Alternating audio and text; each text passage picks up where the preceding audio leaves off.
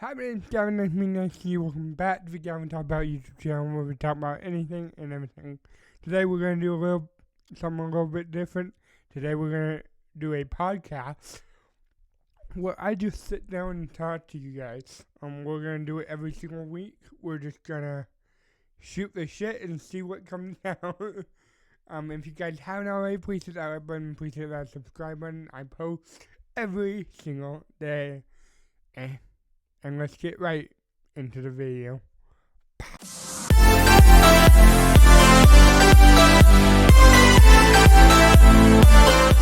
Last topic will be what TV shows and movies shaped who I am today. If you guys don't know who I am, my name's Gavin. I'm writing a Batman fan film script. I'm writing other scripts. And I'm just a really big fan of cinema as a whole. I would like to write a movie and actually do it. And that's what I'm kind of in pursuit of right now. But yeah.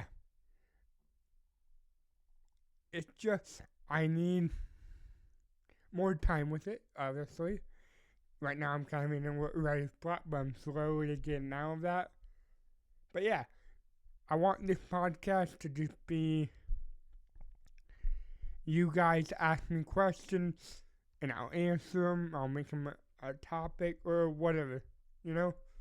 But yeah. And yeah, I'm just going to talk about movies and TV shows that really shaped me. We're not going to be, I'm not going to be going in order of what I like better. I'm just gonna go in order on how I wrote them down. It's not in any particular order. It's just in order of how I wrote them down, how I decided to do it. So yeah. And I have TheDarkKnight on my list. Just the cinematography, the aesthetic of Gotham City. The Joker, played by Heath Ledger, and Two-Face, played by Aaron Eckhart, Christian Bale playing Batman and Bruce Wayne. They made me realize that comic book movies don't always have to be cheesy. It could be a thriller. It could be a movie of some kind of, question. Like, you can actually talk about it. Yeah. And I love that about movies. I do. I think that movie could be greater. And The Dark Knight is just a beautiful adaptation of the world is going to shit and this madman's gonna ruin us. But yeah, I really love that movie because growing up I never watched the movie whole. Growing up I would see pieces and pieces and pieces.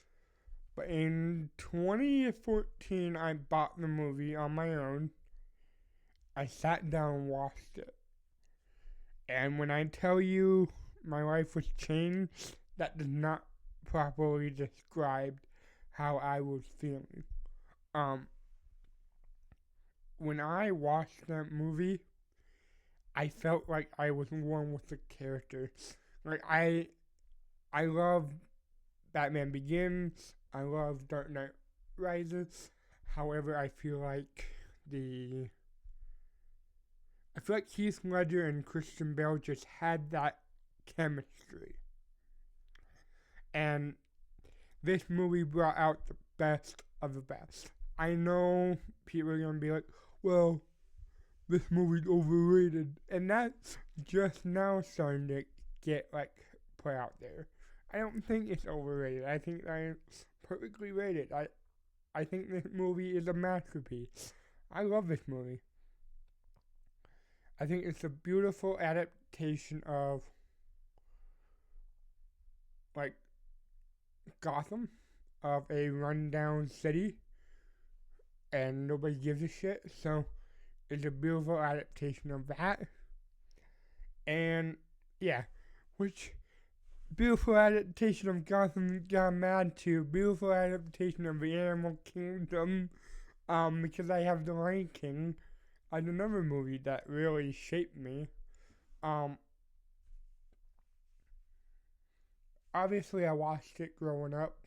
I was a little kid and I watched it, and I absolutely loved everything about this movie. I just recently rewatched it, and it still holds up to this day. I'm preparing myself for the Mufasa movie that's coming out soon. I'm not really excited about that, but yeah, it's just okay. So Scar is such a complex character to me, and Simba's not all that straight and narrow either. And Mufasa has that like came to him where you do no wrong, but if you hurt my family, I will do wrong and I will cross my line. I will cross my barrier. I don't care if you're family. I don't care if you hurt my family. I'm going to go after you. And that's basically what kind of cadence he had towards the movie. But hopefully my description does it justice. But yeah, I'm just very grateful to have watched it. Very grateful to have an experience with it.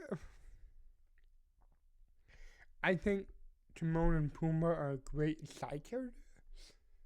Not necessarily main characters, but I think they're great side characters. Because I don't know.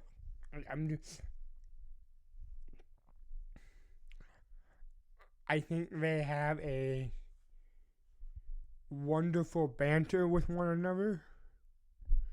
But I think that this is a world that we don't really need to go into that much. That's why on my list I don't really have Lion King 1.5 because it's dumb. Like, why would you go down Timon and Pumbaa? Even though they're like one of my favorite characters, it's like, come on. Okay, now we can tone it down just a little bit. I have WALL-E on here. WALL-E is a very complex movie because you don't really have, you do have humans, don't get me wrong, but they're not really the main stars. The main stars are two robots. One is named Eve, who can talk. WALL-E can talk too, just not well. They both can't really show emotion, but you're telling me that a robot can feel love, and that's one of my favorite things to do. That's one of my favorite things to watch. It's like when you have a movie that can portray such beautiful message with someone who's not talking, really, then that is awesome and that is beautiful. And I can't wait to have guests on this podcast because if we talk about movies, we're gonna talk about movies way too much. But I'm excited to go down that rabbit hole. But I also have Infinity War and Endgame, Avengers Infinity War and Avengers Endgame. This did what I thought couldn't be done. Twilight did it, but they didn't do it that well. Breaking down part 1, breaking down part 2. Breaking Down Part 2 was way better than Breaking Down Part 1. Growing up, I loved all those movies, but now watching it, it's kind of like, okay, this is a little problematic, don't you think? But yeah, I love all the characters, and I think that it's just Infinity War and Endgame are perfect examples of one movie couldn't have. And if I ever do an MCU ranking, it's gonna be hard to separate those two.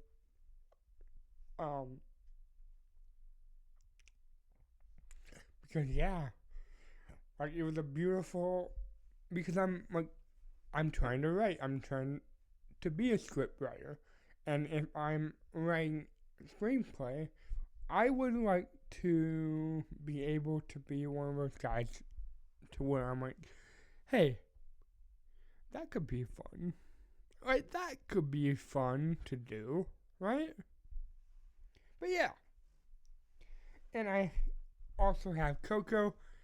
I'm gonna be completely honest, I didn't see this movie, like, at all until 2024, so last year. I was dreading watching it, because I thought it was gonna be cheesy, I thought it was gonna be horrible. But their depiction of death and life in general and the whole thing that they had for the dead to where they can come visit, that was beautiful. And I would like to write something like that one day. These are not the movies that I like, these are the movies that inspire me to be a better writer. But yeah, like this is what shaped me. Like 2024, I was down in my luck. Like I was trying my best, but nothing was really working. But when I watched that, I was like, holy shit, that's great. Like I love that. So yeah, I also have Joker on there. Okay. Just because Joker Folia did horrible. I watched it and I absolutely hated it. I didn't think it was good. I didn't think it was a great. It was not a great continuation of what we had. I think that if we left it as a one-off, as it should have been, it would have been fine. But the studio wanted more, so we got more. But yeah, Joker was just a beautiful movie in my opinion. It really played on the mental health side of things and the mental illness side of things. And they did good. So good, in fact, that I don't believe that this should have been a DC project. I believe this could have been just a regular old movie and it would have been just as good, if not better. But the fact that we got it set in a Batman multiverse universe, kind of, in a way, like an Elseworld, I would have. That was great, and I love it. But yeah, I have Logan, Hugh Jackman's Wolverine Logan. Do I think Deadpool and Wolverine tarnished the legacy? No, I don't. I think that it could have, but I think that they touched it so like elegantly to where it was fine. I had fun with it. But Logan is such a movie to where I want to be able to do that emotion and writing my Batman script, I'm doing that. I'm trying to do that. I'm trying to make Bruce's character more in depth with his emotions, kind of like how Logan was in Logan. You didn't even have to, do anything, right? Like, he doesn't even have to act with his body. He just, if you look in his eyes, he wants to die. Like, he doesn't want to be there. So as a writer, this is a beautiful movie, and I would like to be able to do something like that. Because it's such a great, beautiful cinematic masterpiece to where I think this could be in the category of where everything is fantastic, and it's just a beautiful thing. And Laura, her character was so beautiful too. Professor X, him slowly slipping, I thought that was a great little touch. But yeah, overall I love this. And I have Friends, a TV show. Okay. I grew up not having friends. Like, I grew up with no one. Because I have cerebral palsy and eye-turn neuropathy, and eye-turn neuropathy is a form of hard of hearing, right? It's like nerve damage to where my hearing all fucked. And cerebral palsy came from tinnitus, which came from brain damage. You know the gist of it. But yeah. And one day I came home and I did half days because if I do a full day of school, I get tired, I don't want to eat, and I just sleep. And I remember my mom was going out of town for work. And my grandfather lived with us at the time. He still lives with us. But at the time, he was the only one taking care of me.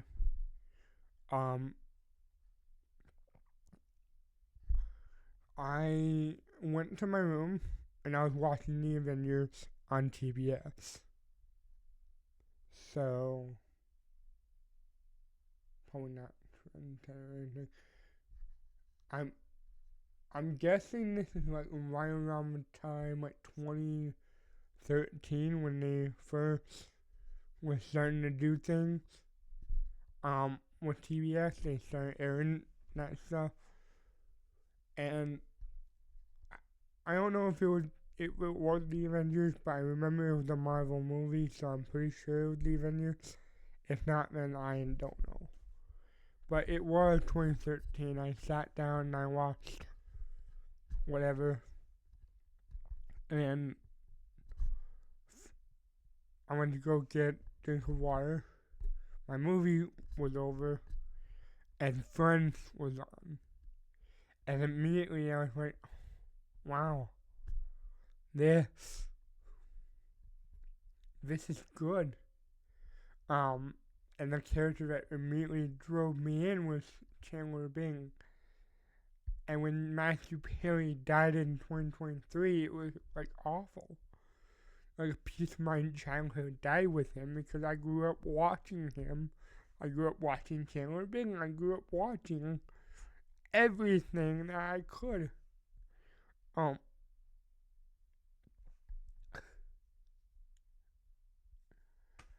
And when he died, a piece of me died.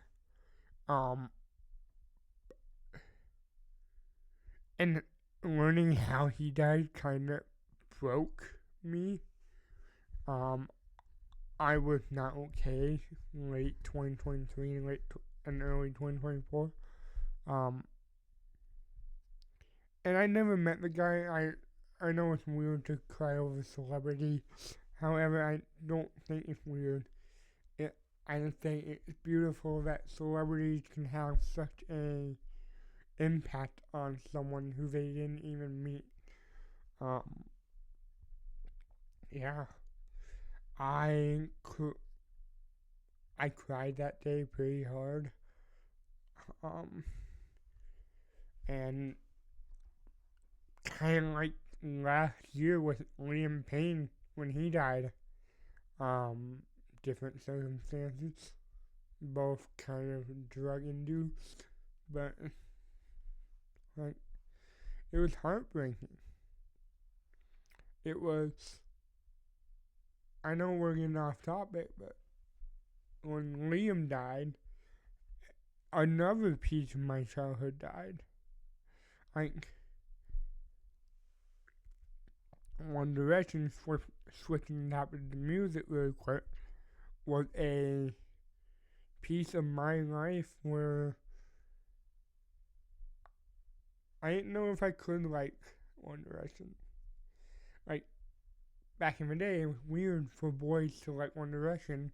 Meanwhile, I was one of those boys. And I really liked One Direction. I'm not gonna say I didn't. I really liked him.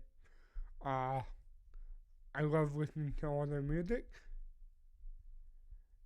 But yeah. And when Liam died, it was awful. When Matthew Perry died, it was awful. But the show as a whole, got me out of my shell and made me realize I'm okay as who I am. And I'm happy about that. The next show I have is Gotham. This is an example of what I'm using for my Batman movie, kinda. I like to depict Gotham as a character. I know Gotham doesn't really do that well, but Gotham is the Gotham TV show showed me layers upon layers of villains. And they switched the mantra of Batman makes his villains. No, the villains made him. Like, he got made by Jerome and Jeremiah, who then became Jay. I know we couldn't say Joker, but still.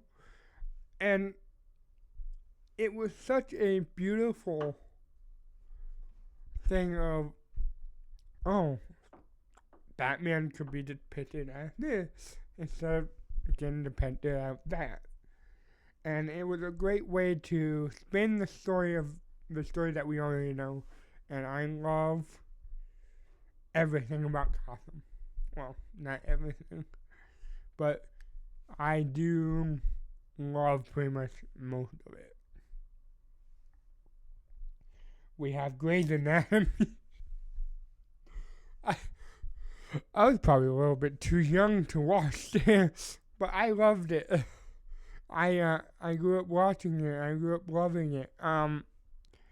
Actually, after How I Met Your Mother is done, after I cover all those episodes, I plan on covering Grey's Anatomy because I love every second of these. And I plan on trying to get that stuff done too. So yeah, I'm very happy with it.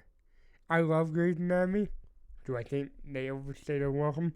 Big time. I'm not one of those delusional fans who thinks, oh, no, they're perfect. No, they're not perfect. They're beyond perfect. But what Grey's Anatomy turned into today was not the Grey's Anatomy I fell in love with. But since I'm so deep into it, I guess I'm in it for the long haul. Like, I wish I wasn't, but I guess I am. But again, another thing that we had is Full House. Full House was a great show to me, and when Bob Saget died, that kind of hurt me. I if I'm gonna not talk about what the allegations are against him, because it's not my place. I don't know him as a person. I know him as the actor and the character. I don't know him as the person, so I'm not gonna speak on that. But all I'm going to say is I loved watching Bob Saget watch. I loved watching him play Danny Tanner. Sorry, that got me a little rattled. I was scared. But yeah, I think it was all these shows and movies shaped me into the place I am today, because I would like to write something like this. Like, I'm such a sucker. And Avengers Earth's Mightiest Heroes, that also made me want to get into animation. This really got me into wanting to do animation. In fact, I was planning on doing animation for my Batman the Darkness Within fan film, but I don't think I can because it's just too expensive right now. But I can do a podcast. I can do like an audio thing for it, so hopefully that goes well. I'm still writing. I'm still trying to get that off the ground. I casted some people, and they seem very enthusiastic to be a part of this, and I am too. But yeah, I'm happy with how we're doing this. I'm happy that I'm finally getting on my show and I'm doing something like this. So yeah. Anyways, I think that concludes our first episode of The Gavin Show. Please hit that like button. Please hit that subscribe button. I will see you tomorrow, where I go down and review Toy Story 2. So, hope to see you guys there.